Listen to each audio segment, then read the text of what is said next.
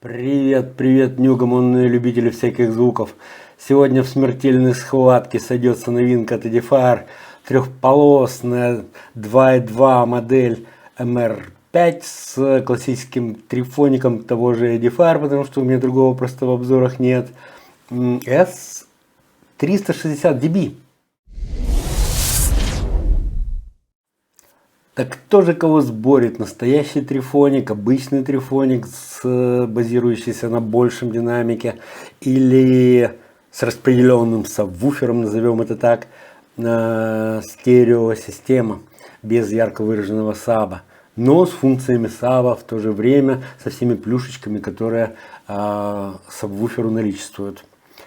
То есть освобождение некого среднечастотного динамика, как здесь и здесь, от самых низкочастотных составляющих, которые мешают ему музыкально, трепетно воспроизводить действительно тонко чувствуемый нами диапазон, голосовой, инструментальный диапазон, в то же время освободив вуфер, то есть ту самую долбилку, которая обеспечивает, собственно, басовые основы, базис такой, от вот этих всех высокочастотных трепетаний.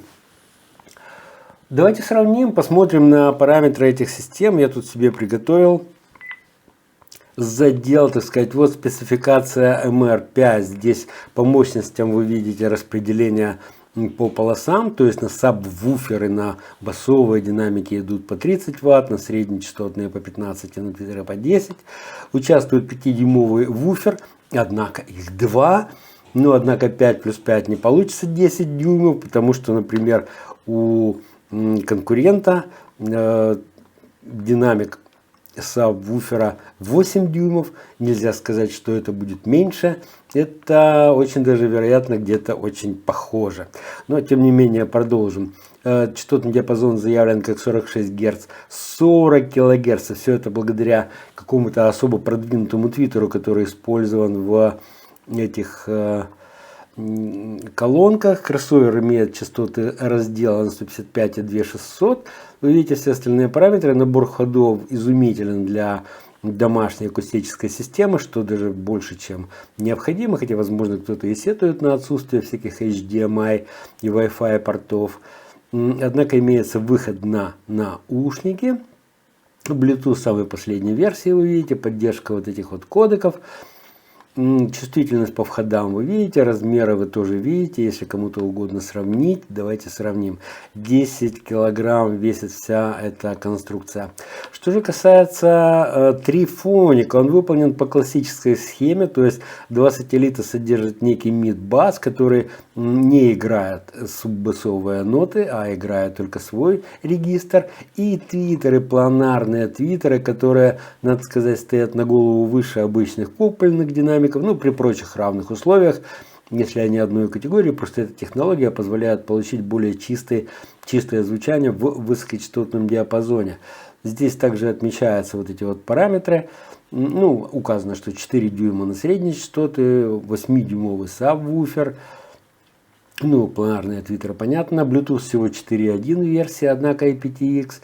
Ну, использованы класса D усилителей в той и в другой системе. Корпуса из МДФ. Регулировка, возможно, удобно для пользователя, находятся сбоку сателлита, в то время как у этих колонок они находятся сзади, но кроме регулятора громкости, который находится на передней панели, что весьма удобно и людям нравится. Таким образом мы сравнили, да. Частотный раздел MR5 по басам весьма близок к этому. Этот саб тоже режется где-то 120-150 Гц. То есть концепты очень похожи. Динамики в принципе похожи тоже. Это среднечастотные, да, динамики. Твиттеры кардинально разные, однако у этих заявлено 40 кГц, а кстати, у этих сколько заявлено, я уже забыл посмотреть. У них 20 всего заявлено килогерц. Ну, вот эти плохие, значит 20 кГц. Планары 20 кГц. А купленники какие-то 40 кГц. Но я убежден, что эдики не вводят в нас в ума, ну как это, в заблуждение. Они декларирует то, что есть на самом деле, другое дело, как оно есть. Вот этот вот вопрос, как он стоит денег, и обычно не является определяющим фактором в случае выбора из двух, предположим, моделей. Что касается удобства размещения, возможно, Трифоник имеет некие преференции, потому что сателлиты меньше габаритом, чем эти сателлиты, назовем их так. Они могут легко найти себе место на столе, их легко довернуть, как-то их спозиционировать для оптимального звучания на слушателя. Эти, конечно, более громоздкие, однако громоздкие, господи, вот такие вот колоночки маленькие.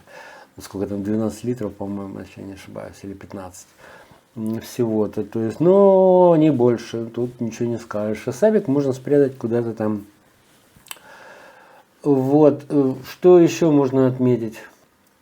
Тот факт, что у Трифоника стереопанорама ниже 150 Гц, допустим, схлопывается в моноисточник, уверяю вас, он не помеха. Это даже наоборот, возможно, легче, потому что один басовый источник разместить в небольшом пространстве даже, возможно, легче, чем два источника. То есть, это преимущество этого я не вижу, не могу сказать. По цене я вас не могу сориентировать, но что-то мне подсказывает, что MR5 стоит много дешевле, чем эта система. Ну как, она относится к лакшери классу S от Edifier, у них он как бы наиболее дорогой, продвинутый. Эти относятся к классу мониторов. В частности, вы видите, что у них нет пульта дистанционного управления, лентяйки, так называемые лентяйки. Зачем она, я не знаю. Я включаю только питание вот этим вот всем. Это от лампочки, это не обращайте внимания. Пультик. Короче, я вообще не сторонник крутить вот эти пульты. То есть включил, слушай, послушал, выключи. Ну, это моя точка зрения. Вам, конечно, виднее. И, возможно, для кого-то это окажется поводом сделать выбор в ту или иную сторону. Тут я ничего не могу сказать. Смотрите, друзья мои. Модели обе модели имеют преимущество друг перед другом в разных иконостасях. Как бы одни могут вам понравиться в одном режиме, в каком-то факторе, в применении. Другие колонки могут понравиться больше в другом. Победителя не будет, это я вам, ну как сказать, предвидя этот батл, могу сказать. То есть мнения обязаны просто разделиться. Возможно, не 50 на 50, но это будет статистическая ошибка, скорее всего. При большей выборке, при большой статистике, скорее всего, они найдут себе поровну почитателей. Потому что в противном случае вторая модель бы не выпускалась. Напомню, что это все происходит в рамках одного бренда. То есть эдики бы подумали, почухали бы репу и сказали, вот эта вот модель хуже, она пользуется меньше спросом, зачем бесить лебедей, так сказать, будем выпускать только популярную модель. Однако они выпускают обе, они выстрадали эти модели, они точно определили, что на рынке не хватает, допустим, вот такой вот 2.2 версии, и ее выпустили. Это делает плюсик в карму отдела маркетинга эдиков, если они угадали. Они, наверное, угадали, потому что я просто вижу вашу реакцию по обзору этой модели. Она как бы пользуется спросом. Ну и цена немаловажная, как я уже сказал. Это вероятнее всего дороже и вероятнее всего раза в 2, если не в 3. Ну, я не знаю, честно. То есть, тем более, сколько она у вас там где-то стоит. В какой-то стране, в каком-то городе. От какого-то дистрибьютора. Это, безусловно, повлияет на рынок. Я вас уверяю. Даже разница в 10%, я думаю, повлияет на рынок. Помню, когда-то в 2000 году, когда я только ступил ногой на хрупкий лед мультимедии, когда она только зарождаться начинала как отдельное производство, отличное от выпуска пластмассовых мышек и мыльниц. Любопытная была статистика. Мне как-то кто-то обронил, передал эту статистику. Там звучало так, что самая популярная модель по продажам, это по количеству проданных экземпляров и по деньгам, которые бюджету этой затеи, это была система $40. Вот. Это ритейл прайс, то есть розничный прайс. Вот. Самая массовая была там 3-5-8 долларов, но она приносила меньше денег. Также значительно теряли популярность модели, которые вот выше этих 40 долларов. Где-то году в 2010-2009, точнее, вот я тогда патент как раз этот оформил на Ланж, тогда был интересный перекос. Тогда самые популярные продаваемые модели были модели стоимостью 80 долларов, в 2 раза дороже. Ну, вот. То есть те, которые стоили дешевле, продавались больше, но приносили меньше денег как бы производителю, а которые стоили дороже, те как бы теряли в количестве и соответственно в деньгах. В этом случае любопытная затея с Edifier. Они выпустили тогда, или даже раньше, я не помню, модель S2000, если кто помнит. Она стоила, боюсь соврать, но то ли 600 долларов, вот на фоне 40 долларов самой массовой модели, вот 600 долларов или 700 даже, я не знаю. Я вначале потешался, там, типа, какие глупые товарищи, то есть, ну как можно, кто ее купит вообще. На самом деле ее, со слов нашего украинского дистрибьютора, покупали предельно редко, там 2 в год, по-моему, я не помню, или 5 в год. Я не буду врать, такое. Ну, по сравнению с остальными, которые продавались несколько контейнеров в месяц. Вот, ну, вот так вот, чтобы вы понимали просто, да? Я бы удивлялся. А потом, когда начали появляться хвалебные статьи в мировой прессе, ну, в том числе, кстати, в нашей украинской прессе, где-то вот эта S2000 выиграла какой-то конкурс. Раз выиграла, другой раз выиграла. От нее пошел хайп определенный, и люди узнали слово Edifier. Или Edifier, тут кто как хочет, так и называют. Я вот с китайцев спрашиваю, они говорят, называй как хочешь, короче. То есть, практически не принося прибыль, не продаваясь. Это лакшери модель в рояльном лаке такая, знаете, Rolls-Royce. По сравнению с этими мыльницами, допустим, Genius, которые продавались, если вы помните, тогда там по 2 доллара, по 10 долларов, пластмассовая, кургузные такие, которые гудели просто от любого звука. Вот эти вот просто Rolls-Royce действительно смотрелись.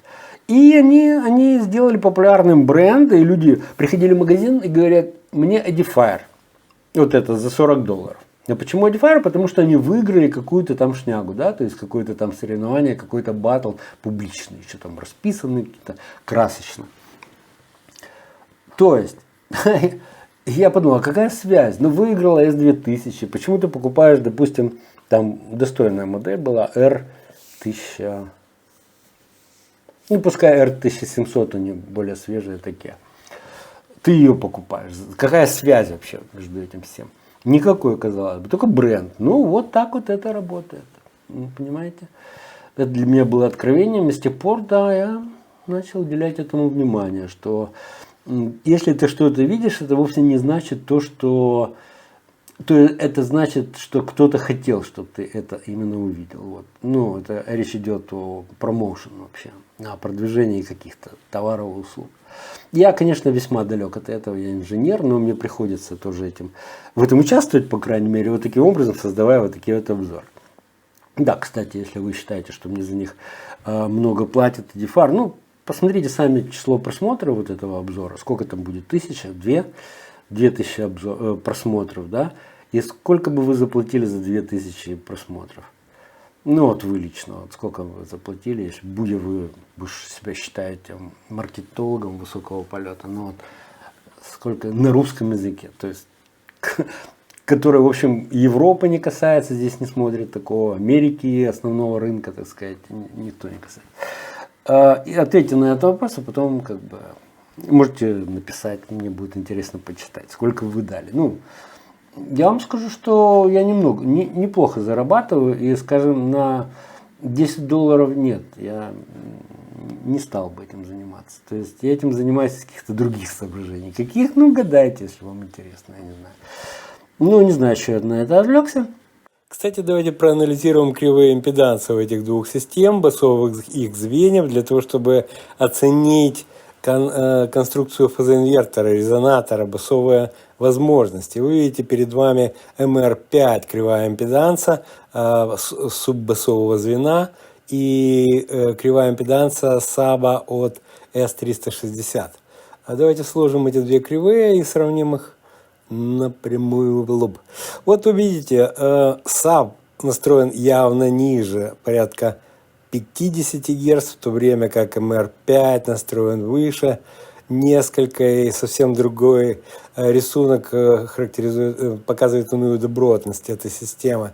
То есть здесь саб все-таки построен по более сабовой технологии, ну, скажем так, в лоб решается задача. Здесь же она дробится на 2, во-первых, а во-вторых, настроив несколько выше, получили большую эффективность саба, и из меньшего объема им удалось получить густой классный бас на самых интенсивных регистрах басовых. Здесь примерно на 70-80 Гц играет бас-бочка и бас-гитара.